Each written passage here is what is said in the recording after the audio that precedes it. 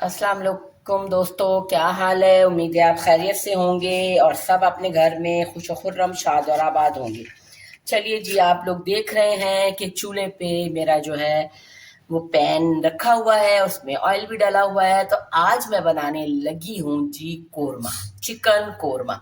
तो देखिए, चिकन कोरमा तो मैं एज यूजुअल जैसे कहती हूँ कि हर एक के घर में ही पकता है, खाना भी हर एक के घर में पकता है। हर एक का हल्का हल्का सा अंदाज, थोड़ा थोड़ा सा अंदाज दूसरे से मुख्तलिफ होता है। तो ये लीजिए जी, मैंने इसके नीचे चला दिया है चूल्हा। और अब हम इस तेल को थोड़ा सा गर्म करेंगे, हीट अप करेंगे, ताकि हमारे जो प्याज हैं वो अच्छी तरीके से, अच्छी तरह से लाइट गोल्डन हो जाए। सो हमें थोड़ा सा वेट करना पड़ेगा जब तक कि हमारा ऑयल गर्म होता है। हम जो है आपसे चलें जी, दो चार बातें कर लेते हैं। जी, हमारे बचपन में तो बनता था बड़े गोश्त का कोरमा, छोटा गोश्त भी बन जाया करता था। चिकन तो बहुत बाद में आई है। उससे पहले चिकन इतनी आम नहीं थी जितनी आम ये आजकल है। सो चले जी, मेरा ऑयल जो है वो तकरीबन गर्म हो गया होगा। अब मैं इसमें डालती हूँ दो दरमियाने साइज के प्याज, जो मैंने बहुत अच्छी तरह चॉप किए हुए हैं। रफली चॉप नहीं कीजिएगा जी, मुझे तो आज तक समझ में नहीं आया ये रफली चॉप क्या होता है। इतने बुरे मुझे वो मोटे मोटे दगड़ दगड़ भगड़ भगड़ किस्म के प्याज लगते हैं कि कोई हद नहीं। हर काम में नफासत और सलीका जो है वही मायने रखता है। अच्छा, अब मैं इन प्याजों को जी गोल्डन ब्राउन होने तक मैं इनको फ्राई करूंगी और उसमें लगेगा मुझे टाइम। तो उस वक्त तक आप इंतज़ार कीजिए कि देखिए ये कब तक गोल्डन ब्राउन होते हैं। इनको थोड़ा सा लगेगा टाइम।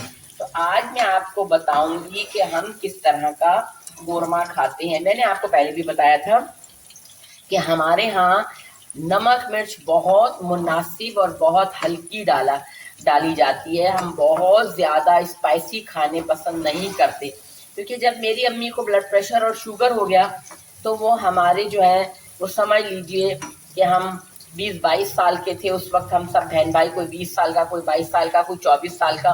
तो बस जो आदत पड़ी है हमें जी सादा खाना खाने की, तो अब हम लोग चटपटे खाने खाते ही नहीं है। उसके लिए हमारे मेदे तैयार ही नहीं है घर वालों में से किसी के।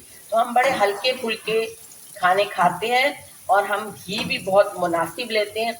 ये तो जी आपकी वीडियो बनाने के लिए मुझे घी का ज़्यादा इस्तेमाल करना पड़ता है, वरना हमारे घर में घी बहुत ज़्यादा इस्तेमाल नहीं होता। चलिए जी, तो हम इंतज़ार करते हैं प्याज़ों के गोल्डन ब्राउन होने का। जी, ब्राउन जो ये प्याज है ये लाइट ब्राउन हो गए हैं, लेकिन मैं इनको थोड़ा सा और ब्राउन करूंगी, क्योंकि इसमें आधे कच्चे हैं और आधे ब्राउन हैं। अच्छा, प्याज जब मेरे अच्छी तरह मेरे मर्जी के मुताबिक ब्राउन हो जाएंगे तो मैं उस वक्त चूल्हा ऑफ कर दूंगी, ठीक है ना। क्योंकि मुझे बहुत ज़्यादा इसको काले भजंग नहीं करने हैं, जैसे काला देव होता है वैसे नहीं करने हैं। मुझे बड़े अच्छे से इसको क्रिस्पी बना लेना है। और देखिए ये क्रिस्पी क्रिस्पी से हो रहे हैं और कुछ हो गए हैं। और यहाँ मैं अब इसका बंद कर दूंगी चूल्हा और अपने प्याजों को मैं घी से अलहदा कर लूंगी, ठीक है ना। ये देखिए जी, ये मैंने इनको अच्छी तरीके से अलहदा कर लिया है और ये है मेरे पास प्लेट, और मैं इस प्लेट में इन प्याजों को डाल दूंगी। आपने देखा होगा कि जो प्याज मेरे चम्मच के साथ लगे हुए हैं वो बेचारे तो लाल ही नहीं हुए, ठीक है ना। चले, कोई बात नहीं, ऐसा कभी कभी हो जाता है। अब मैं फिर घी थोड़ा सा इस तरफ करती हूँ, ठीक है। और बाकी वाले प्याजों को मैं इधर करके इनको निकाल लेती हूँ। अच्छा जी, मैं आपको एक छोटी सी ऐसी बात बताऊं जो मुझे कुछ दिनों से बड़ा परेशान कर रही है। हम लोग रहते हैं फ्लैट में। कभी किसी ज़माने में मेरे अब्बा कहा करते थे, बेटा फ्लैट की ज़िंदगी लानती ज़िंदगी होती है, बेटा तुम लोगों को पता नहीं फ्लैट की ज़िंदगी क्या पसंद है। उस वक्त हमारा ज़मीन का अपना घर हुआ करता था, अपनी ज़मीन और अपना अपनी छत। लेकिन हम लोगों को भी शौक था थोड़ा पंगा लेने का। खैर फिर यूं हुआ कि कुछ जो जायदाद की तकसीम के सिलसिले में वो ज़मीन बेचनी पड़ी और हम आ गए फ्लैट में। अब पता नहीं कौन एक बदतमीज़ कोई इंसान है जो मेरे कॉरिडोर में, मेरे पास एक समझ लीजिए डस्टबिन पड़ा हुआ है, वो क्या करता है कि उस डस्टबिन के अंदर थूक के चला जाता है।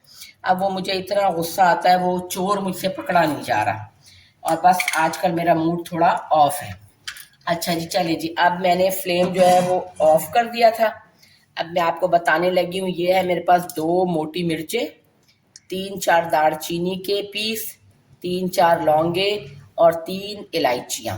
ये अब मैं डालूंगी ऑयल में और मैं बड़ी इलायची के मुंह जो है वो खोल लूँगी उनको, क्योंकि इसमें बड़ा अच्छा सा आरोमा होता है और बड़ा अच्छा सा इसके अंदर टेस्ट सा होता है, जायका सा होता है, जो खुशबुएं होती हैं जो कि सब जो है ना उसके अंदर मिलनी चाहिए गोश्त के अंदर। तो अब मैंने क्या कर लेना है जी, मैंने इसके अंदर डालना है जी गरम मसाला। ठीक है जी, ये मेरे 1-2 जो है ना पीस रह गए हैं, तो इनको मैं साइड में निकाल लेती हूँ। अब मैं चलाती हूँ अपना चूल्हा, और चूल्हा मैंने जला लिया है, हल्का आंच कर लिया है। और अब मैं इसके अंदर डालूंगी जी ये गरम मसाले, और गरम मसालों को मैं इसको थोड़ा सा ऐसे ऐसे करके भूनूंगी। ठीक है, और इसकी खुशबू इसके अंदर शामिल हो जाएगी। अब मैं इसके अंदर डालने लगी हूँ अपनी चिकन। चिकन में मेरे पास सारे लेग पीस है, और ऑयल मैंने वही इस्तेमाल किया है जो मेरे पास पहले से मौजूद था। भाई मेरे पास ना ना इतने बर्तन है ना इतना पानी है, पानी आता नहीं है हमारे घर में, बड़े मसले मसाइल है।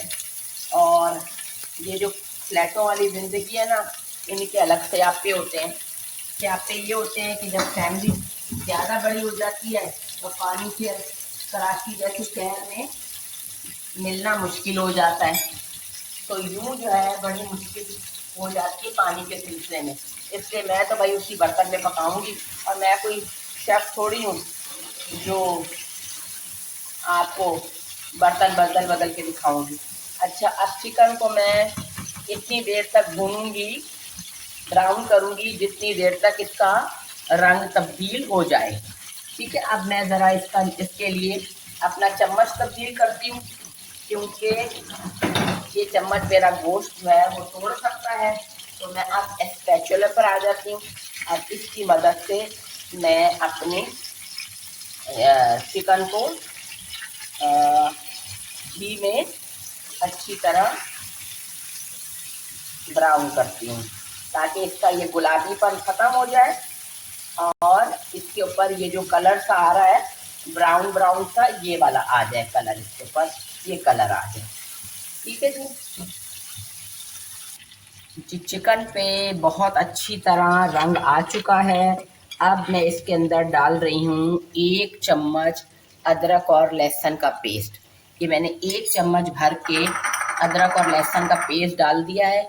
अब मैं इसके साथ इस चिकन को पकाऊंगी ताकि अदरक और लहसुन का पेस्ट अच्छी तरह पक जाए। इस काम के लिए भी मुझे तकरीबन 2 से 3 मिनट चाहिए जी। अब मैं इसमें डालूंगी 1 चम्मच लाल मिर्च। अच्छा, हम लोग कुटी हुई मिर्च नहीं खाते हैं, इसलिए कुटी हुई मिर्च मैं डालूंगी भी नहीं। 1 चम्मच भर के पिसा हुआ धनिया, और 1 चम्मच इसके अंदर मैं डालूंगी नमक। अगर आपको लगे कि आपका मसाला जल जाएगा तो आप इसके अंदर, ये देखिए जितनी देर में मैंने आपसे बातें की हैं उतनी देर में ये मैं इसके अंदर डाल दूंगी थोड़ा सा पानी, बस थोड़ा सा, ताकि बस मसाले कच्चे ना हों और जले ना। ये मैंने इसके अंदर डाल दिया है। हल्दी नहीं डालूंगी मैं इसके अंदर, बिल्कुल भी हल्दी नहीं डालूंगी।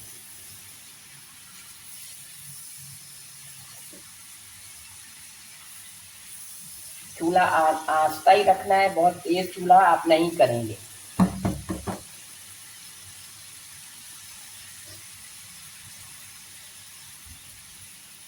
पास ये ज़रा सा शान का कोरमा मसाला था, मैंने ये भी डाल दिया इसके अंदर। बहुत ज़्यादा नहीं डालूंगी, बस कितना ही डालूंगी जितना ये मौजूद था।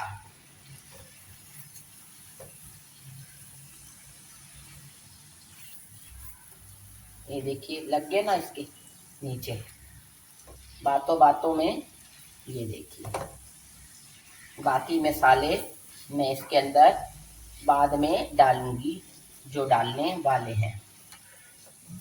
अच्छा, अब हमें अपनी जो है वो चिकन को थोड़ा सा पकाना भी है, उसको गलाना भी है। तो यहाँ मैं डाल दूंगी इसके अंदर थोड़ा सा पानी, ताकि चिकन अच्छी तरह गल जाए। थोड़ा सा पानी डालूंगी, बहुत ज़्यादा नहीं डालूंगी, ठीक है। बस थोड़ा सा पानी डाल के मैं इसको अच्छी तरह ढक दूंगी। जितनी देर में मेरी मुर्गी गल रही है पानी में, अब मैं ये खड़े मसाले ले रही हूँ। 8-10 काली मिर्चें हैं और जायफल जावित्री है, 3 हरी इलायची है और थोड़ा सा ज़ीरा पाउडर है। मैं इसको कूंडी में पीस लूँगी, क्योंकि भाई एक दिन वोल्टेज कम थी और मेरा ग्राइंडर मिक्सर जल गया, उसकी मोटर जल गई। अब मैं सदर जाऊँगी तो उसको बना के लेकर आऊँगी, तो मैं इतनी देर में इनको पीस लेती हूँ। ढक्कन हटा के देखते हैं कि क्या सूरत हाल है। जी मैंने ये चूल्हा आहिस्ता कर दिया था, इसलिए क्योंकि मुझे इसके अंदर जो है वो ये दही मिलाना है। अच्छा जी, ये मैं दही इसके अंदर मिला रही हूँ, तकरीबन 100 ग्राम के करीब, 125 के करीब। इससे ज़्यादा मुझे इसके अंदर नहीं मिलाना है। और मैंने इसको ठंडे बर्तन में ना पहले जो खाना है उसके अंदर इसको मैंने मिक्स करना है, और फिर मैंने इसकी आंच तेज़ करनी है, क्योंकि फिर इस तरह दही फट जाता है। ठीक है, अब मैं इसकी आंच तेज़ कर रही हूँ। ठीक है, ये मैंने इसकी आंच तेज़ कर दी है। अच्छा, वो जो मैंने गरम मसाला सा पीसा था ना, जिसके अंदर मैंने जायफल जावित्री और बाकी चीज़ें डाली थी, वो भी सारी तकरीबन मैंने घी पीस के दही के अंदर ही मिला दी थी, सिर्फ इसलिए क्योंकि फिर ना वो अलग सा एक ढेला सा कभी कभी बन जाता है ना, फिर उसको मिक्स करना बड़ा मुश्किल काम हो जाता है। ठीक है ना। अब मैंने इसका चूल्हे की आंच तेज़ कर दी है, और अब इसको थोड़ा सा सेक लगता है तो फिर देखते हैं कि ये क्या शक्ल निकालता है। ये सालन को अब बॉयल आ रहा है। अब मैं इसको 5 से 7 मिनट तक दरमियानी आंच पर पकाऊंगी, ताकि दही का कच्चापन ख़त्म हो जाए और ये इसकी अच्छी सी ग्रेवी बन जाए। ये देखिए मेरे हिसाब से तो कोरमा तैयार हो गया। अब मैं इसके अंदर डालूंगी हरा धनिया, ठीक है। और नमक मैंने चेक नहीं किया, इसलिए कि वो इफ्तार के वक्त ही चेक किया जाएगा कि कैसा, कितना नमक इसमें कम है। बहुत आसान, बहुत सिंपल, बहुत सादा जो है वो मैंने ये कोरमा बनाया है। अच्छा, मैं ये जो इतने मसाले डाले हैं मैं ये भी नहीं डालना चाहती थी, क्योंकि अब फ़खर जो है ना वो 1000 मेन मेखिया निकालेगा। आपने इसके अंदर ये चीज़ डाल दी, आपने उसके अंदर वो चीज़ डाल दी, अब ये चीज़ मेरे दांतों के नीचे आ रही है। खैर बहरहाल अब इसको इफ्तार में चेक करके देखेंगे कि ये कैसे बना है। बहरहाल सादा सिंपल कोरमा पक के तैयार हो गया है। इंशाल्लाह नई वीडियो के साथ फिर मुलाकात होगी। अल्लाह हाफिज़, जज़ाकल्लाह खैर।